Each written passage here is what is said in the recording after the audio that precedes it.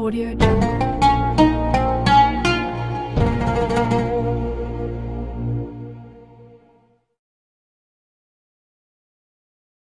Kali ini, kita akan menceritakan kisah tentang seekor hewan. Konon kabarnya, hewan ini mampu menelan makanan selebar 1 bulan perjalanan kaki hanya dengan 1 kali suapan saja. Hewan ini pula ada di 2 kisah Nabi di zaman yang berbeda waktu sekitar 100 tahun. Untuk itu, di video kali ini kita akan membahas tentang legenda ikan raksasa dalam Al-Quran. Assalamualaikum warahmatullahi wabarakatuh, sobat yang dimuliakan Allah. Semoga kita selalu dalam keadaan sehat walafiat. Amin ya robbal alamin. Berbicara tentang ikan raksasa yang disebut dengan ikan Nun, maka pembahasan itu tak akan bisa terlepas dari kisah seorang nabi yang bernama Nabiullah Yunus alaihissalam. Kisah tentang Nabi Yunus dan ikan Nun ternukil di dalam Al-Quran yang terpecah menjadi beberapa surat, yaitu ada di surat Yunus, Al-Anbiya, Asy-Syu'ara, dan surat Al-Qalam. Di video ini, kita akan menceritakan 2 kisah tentang ikan raksasa Nun ini.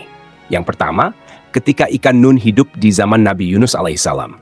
Dan yang kedua, ketika ikan Nun yang sama muncul di zaman Nabi Sulaiman alaihissalam. Nah, sekarang kita akan mengisahkan tentang ikan Nun yang hidup di zaman Nabi Yunus alaihissalam. Kisahnya begini, teman-teman. Nabi Yunus memiliki ayah yang bernama Amitai, atau yang lebih dikenal dengan Mata. Jadi nasabnya adalah Yunus bin Mata, dan ibunya bernama Rifka. Nabi Yunus, atau dalam bahasa Ibraninya beliau dikenal dengan nama Yonah, yang memiliki arti merpati.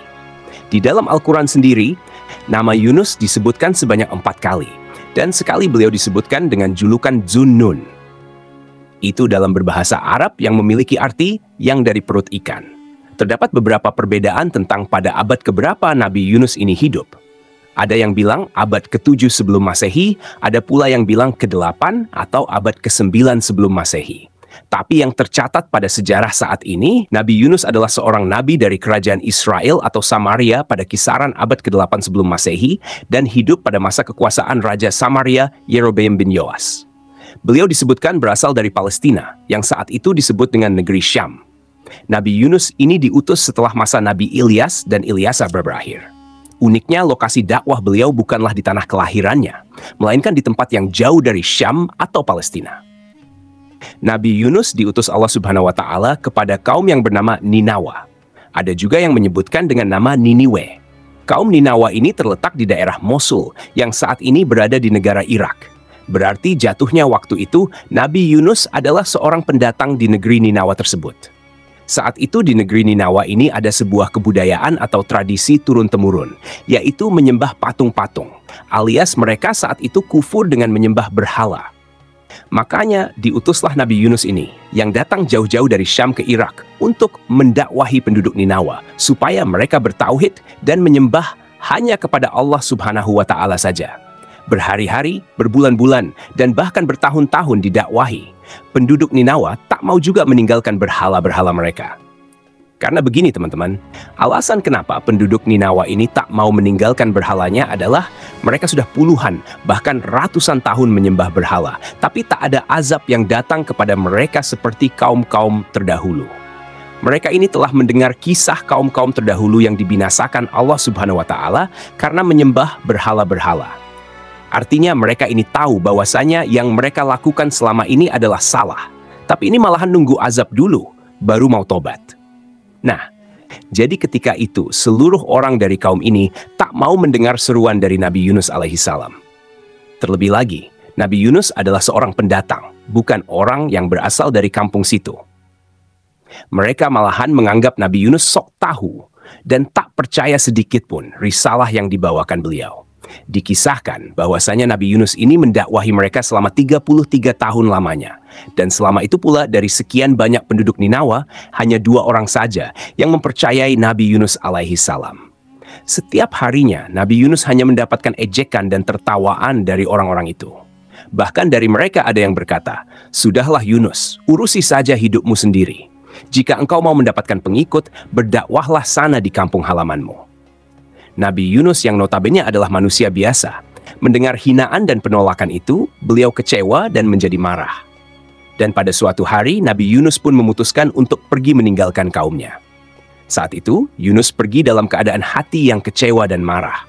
Beliau berjalan menuju sebuah dermaga dan meminta izin untuk menumpang di sebuah kapal, yang padahal kapal tersebut sudah kelebihan muatan. Namun, nahkoda kapal tersebut tetap mengizinkan Nabi Yunus untuk ikut di kapal itu. Dan ingatlah kisah Zunnun atau Yunus ketika dia pergi dalam keadaan marah. Lalu dia menyangka bahwa kami tidak akan menyulitkannya. Maka dia berdoa dalam keadaan yang sangat gelap. Tidak ada Tuhan selain Engkau. Maha suci Engkau. Sungguh aku termasuk orang-orang yang zalim. Al-Quran Surat Al-Anbiya ayat ke-87 sampai 88.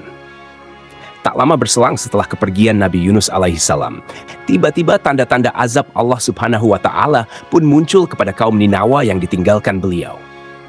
Saat itu, tiba-tiba langit berubah menjadi merah, yang jika dilihat saat itu, langit seperti kobaran api yang membara. Orang-orang Ninawa pun menjadi ketakutan. Mereka baru sadar akan peringatan dari Nabi Yunus alaihissalam. Tapi apa daya, saat itu Nabi Yunus telah meninggalkan mereka. Mereka pun bingung ketika itu harus minta tolong kepada siapa, dan mereka pun kembali teringat kepada nasib orang-orang yang tidak bertakwa seperti mereka yang dibinasakan Allah subhanahu wa ta'ala pada zaman dahulu. Menurut tafsir dari Ibnu Katsir, dijelaskan warga Ninawa ketika itu menyadari kesalahannya karena telah menghina Yunus dan telah mendustakan risalah yang dibawanya.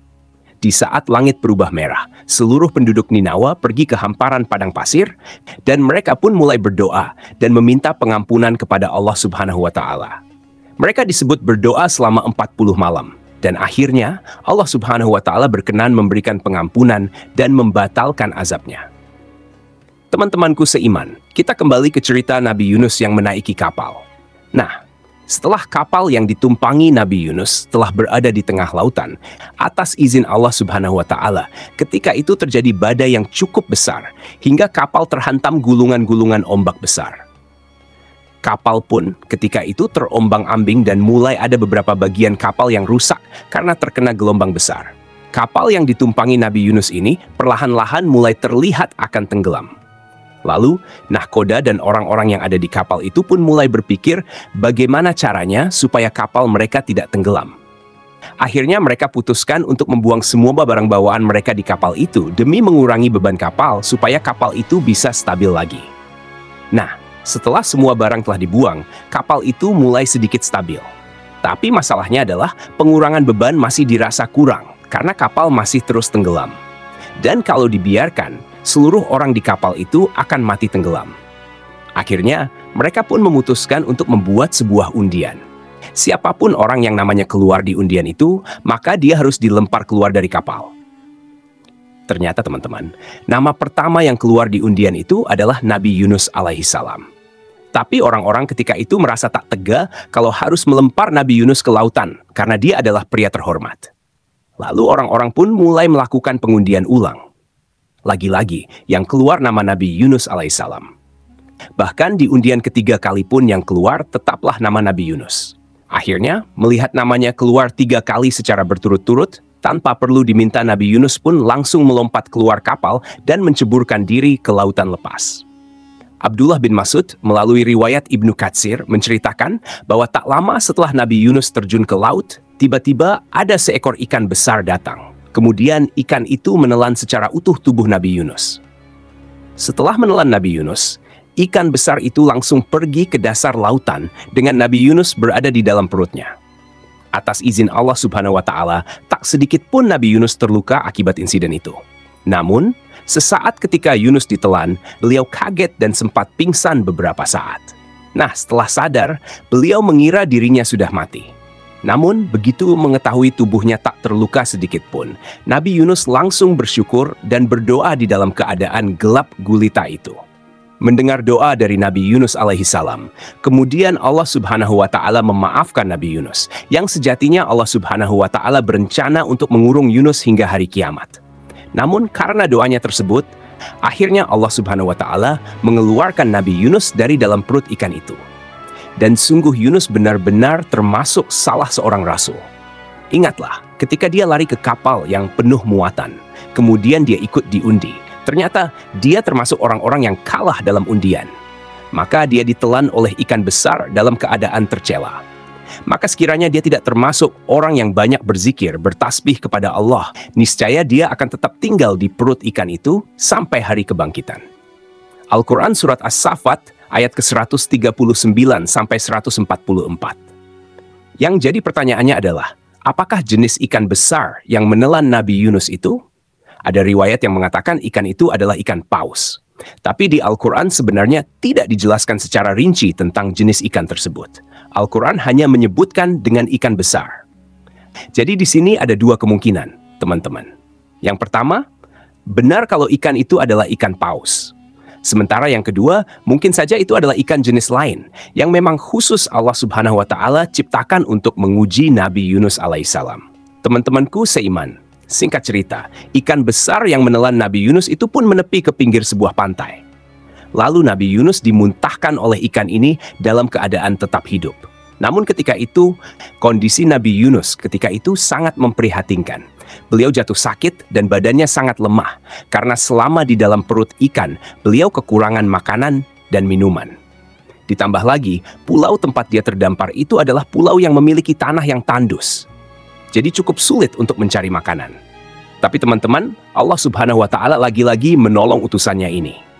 Atas izin Allah Subhanahu wa Ta'ala, di sekitaran pulau itu tumbuh sebuah pohon semacam pohon labu. Dan Yunus memakan buah dari pohon tersebut sampai badannya kembali membaik seperti sedia kala. Kemudian kami melemparkannya di daratan yang tandus sedang dia dalam keadaan sakit. Kemudian untuk dia kami tumbuhkan sebatang pohon dari jenis labu.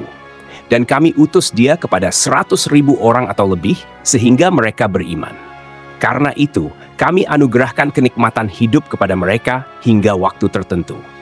Al-Quran Surat As-Saffat ayat ke-145 sampai 148.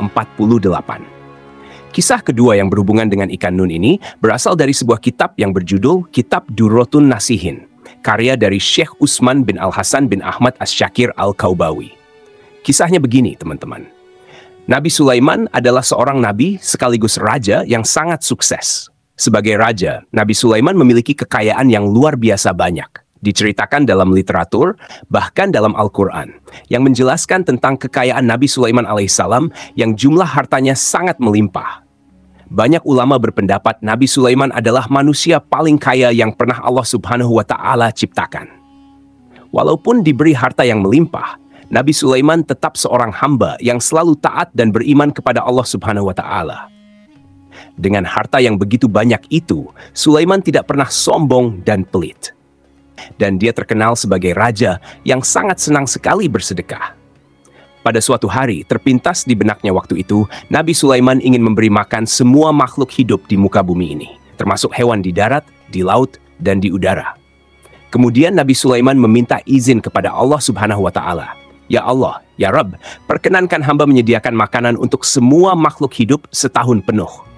Allah Subhanahu wa Ta'ala berfirman, sungguh engkau tidak akan sanggup. Kemudian Nabi Sulaiman kembali berkata, kalau begitu izinkan hamba menyediakannya dalam sehari saja. Akhirnya, ketika Nabi Sulaiman telah mengantongi izin dari Allah Subhanahu wa Ta'ala, Nabi Sulaiman langsung memerintahkan pasukannya, baik dari kalangan jin dan manusia. Mereka ditugaskan untuk mendata semua makhluk yang ada di muka bumi. Setelah selesai mendata jumlah seluruh makhluk hidup yang akan diberi makan, maka mereka pun mulai memasak dan mengumpulkan berbagai macam makanan. Nah, makanan yang telah masak dan jadi itu mereka letakkan di sebuah padang pasir yang sangat luas. Jadi teman-teman, demi memenuhi kebutuhan makan seluruh makhluk hidup ketika itu, mereka menyiapkan makanan selama 40 hari penuh dan mengumpulkan seluruh makanan itu di sebuah padang pasir. Hingga diceritakan panjang dari makanan itu adalah 1 bulan perjalanan kaki. Dan lebarnya juga sama, 1 bulan berjalan kaki. Itu sungguh hidangan makanan yang luar biasa banyak.